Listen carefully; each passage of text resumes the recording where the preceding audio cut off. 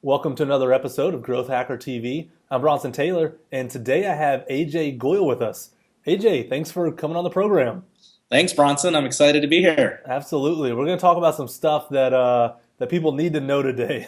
All right. Ajay, you're the founder, I guess I could say it this way, you're the founder of a couple products that I think will forever change how people use their Gmail. When I saw that you were the man behind both of these, like you really revolutionized Gmail in two very different ways. And for the people watching this show that are interested in marketing, they're interested in sales, they're interested in growth, customer acquisition, they really need to pay attention to what you've done in Gmail here. So let's start with the first one. Your first product is called GMass. Is that Yeah. right? Yeah. All Yeah. right. So what is GMass? So GMass is an email marketing system built into your Gmail account. So it allows you to use your Gmail or your Google Apps account to send out your email campaigns. All right. So when you say send out my email campaigns, like walk me through that. What does it Yeah. actually look like to use your product? Sure. So most people are familiar with the Gmail interface. You know, you hit the compose button, you compose your message, you hit the send button. So what my product does is we just add a button next to the normal Gmail send button, and the button says GMass on it. And basically what happens is if you click my button, my GMass button, instead of the normal send button, then an individual personalized email will go out to everybody in the to field rather than like one group email going out to everybody. So if you Okay. dump like 200 addresses in that to field and then hit the GMass button, each of those 200 people will get an individual personalized email that is then tracked. So you know now if one of those people opens that email, clicks the email, replies to the email. No, that's awesome. And so let's break it down to make sure people know why that's actually important. So Yeah. if you get an email and you're CC'd on it or BCC'd on it, and you know that you and a bunch of other people got it, Yeah. instantly you know that somebody's marketing to you. You instantly know that it wasn't handcrafted, it wasn't for you, that you're just a part of a list. But when you get an email that's really to you and nobody else, yeah, you're going to open it more likely, you're going to read it more likely, you're going to respond Right. to it Yep. more likely, all that, right? Yep. Yes. That's awesome. Does Yes. it allow you to actually put any personalized touches in it?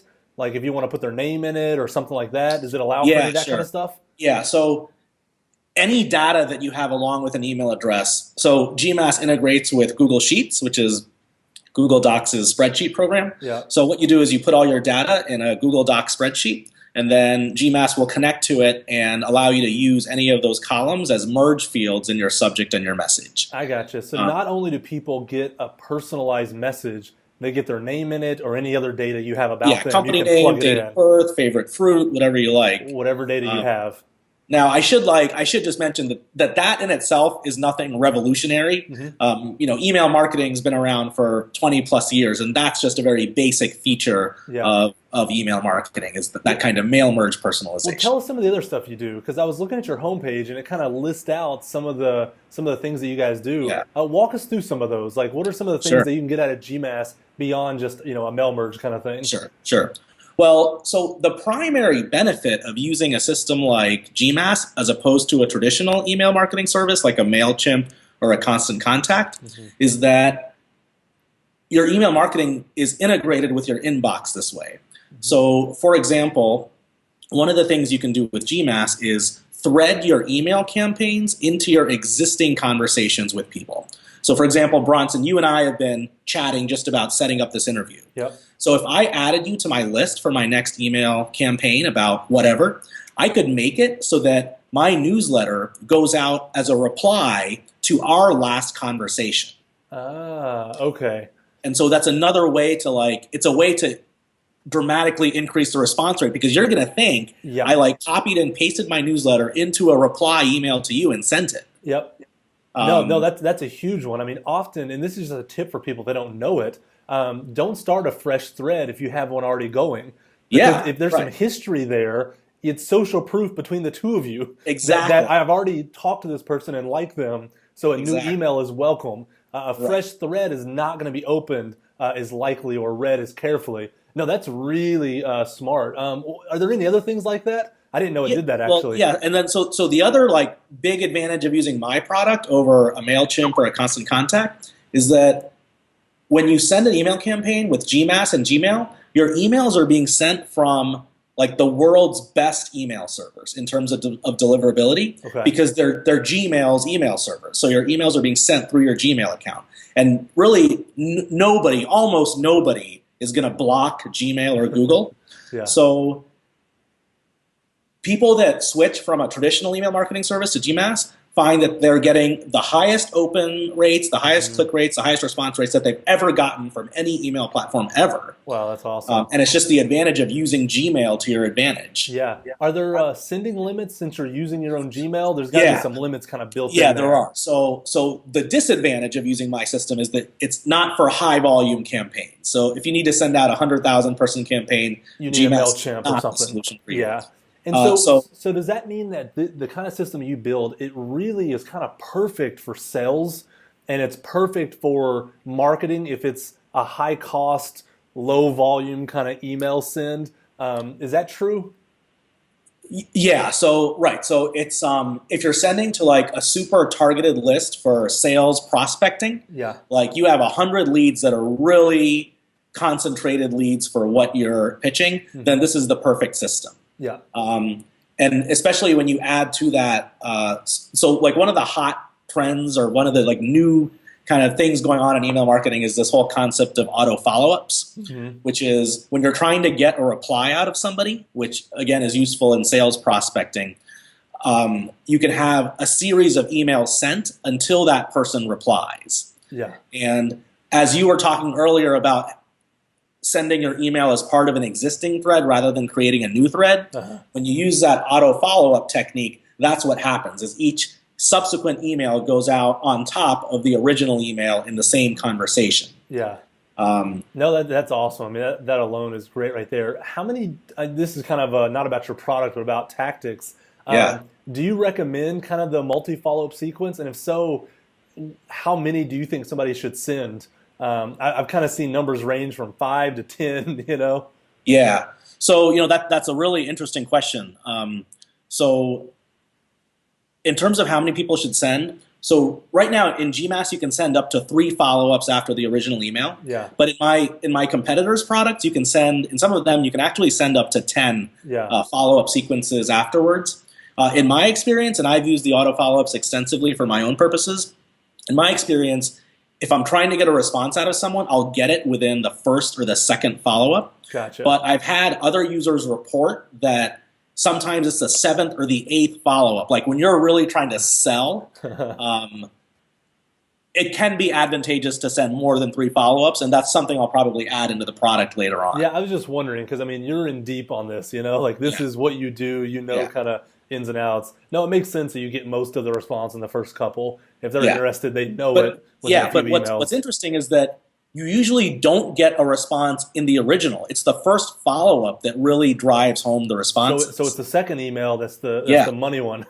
Yeah, and it's I think there's an interesting psychology behind it in that when you first send somebody an email saying hey, can I set up a demo of my product for you? A lot of people can assume that even though it's personalized, it's still sent in mass. Yeah. But when they get that follow-up that says, hey, just making sure you saw my email, I'd really love if you just get back to me, whether it's a yes or a no. Yeah. Then they're like, oh man, it's really important to this person that I respond. So it compels people to respond. Okay, a little bit of pressure there, a little bit of like, this wasn't just a one-off email. They need me to take some action here. It's social proof and social pressure at that point. Absolutely. No, it's we're wired to kind of obey those kinds of things as people.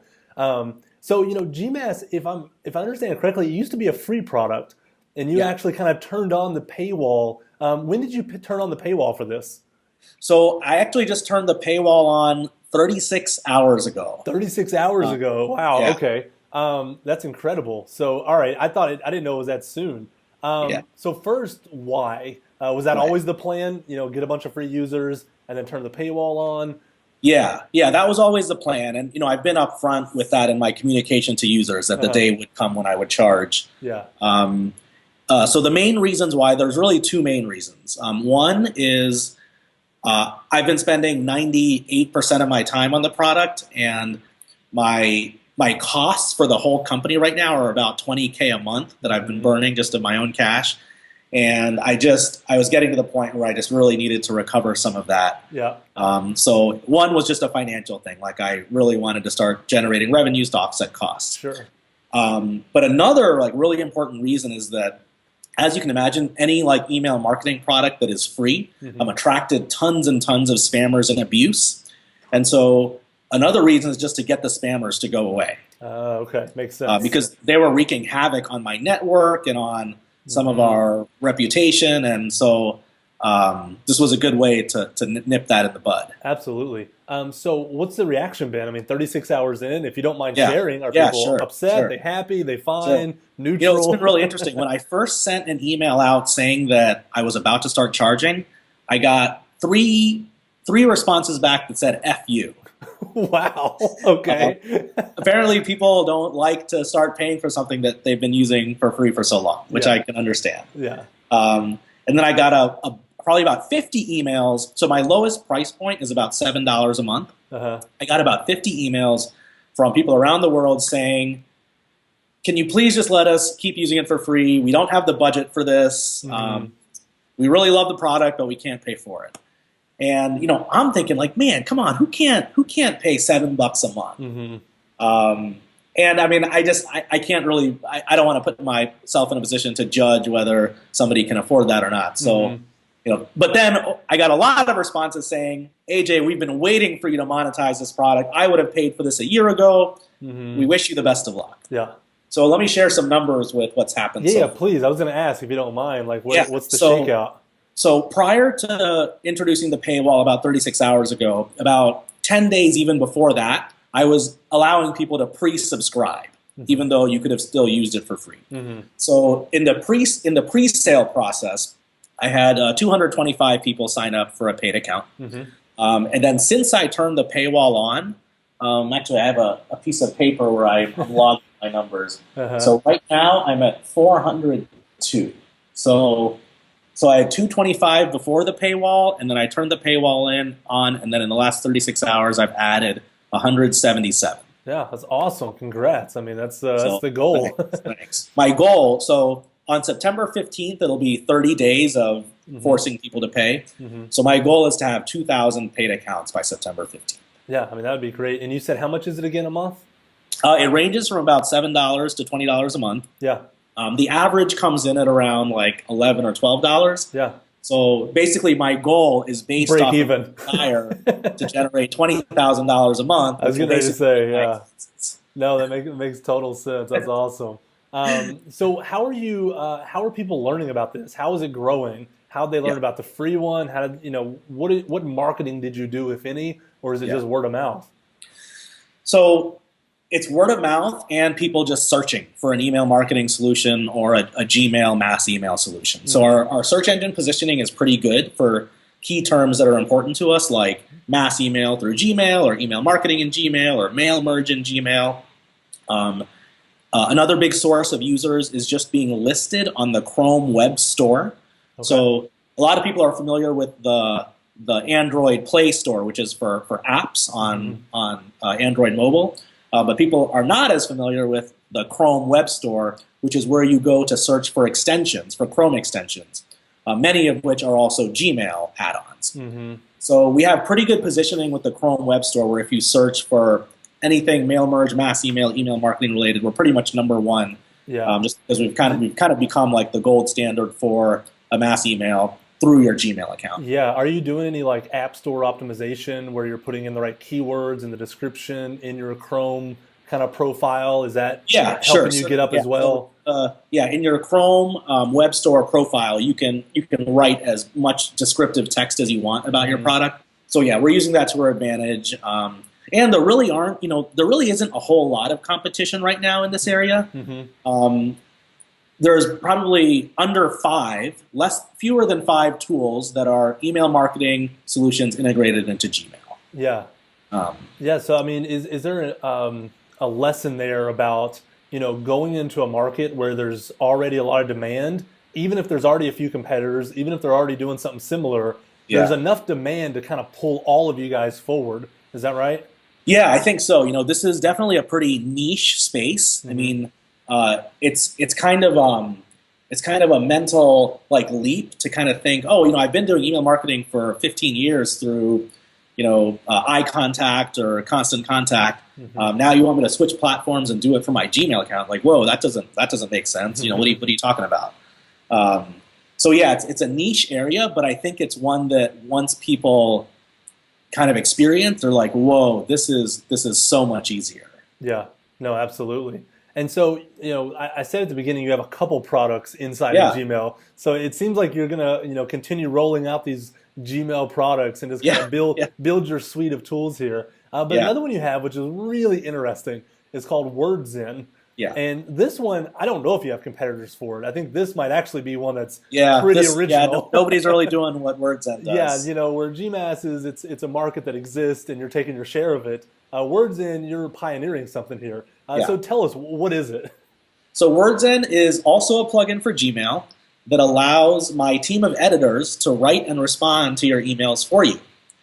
And so the idea is that anybody that gets a lot of email, that needs to respond to a lot of email, and wants to do it faster than the way they're currently doing it, WordZen is a good tool for you. Yeah. And so the way we do that is you can either, when you're typing an email or replying to an email, you can either put in shorthand notes, and then my editors will turn your shorthand notes into a professionally crafted, 100% perfect English written email. Hmm. Or you can record yourself talking in free form.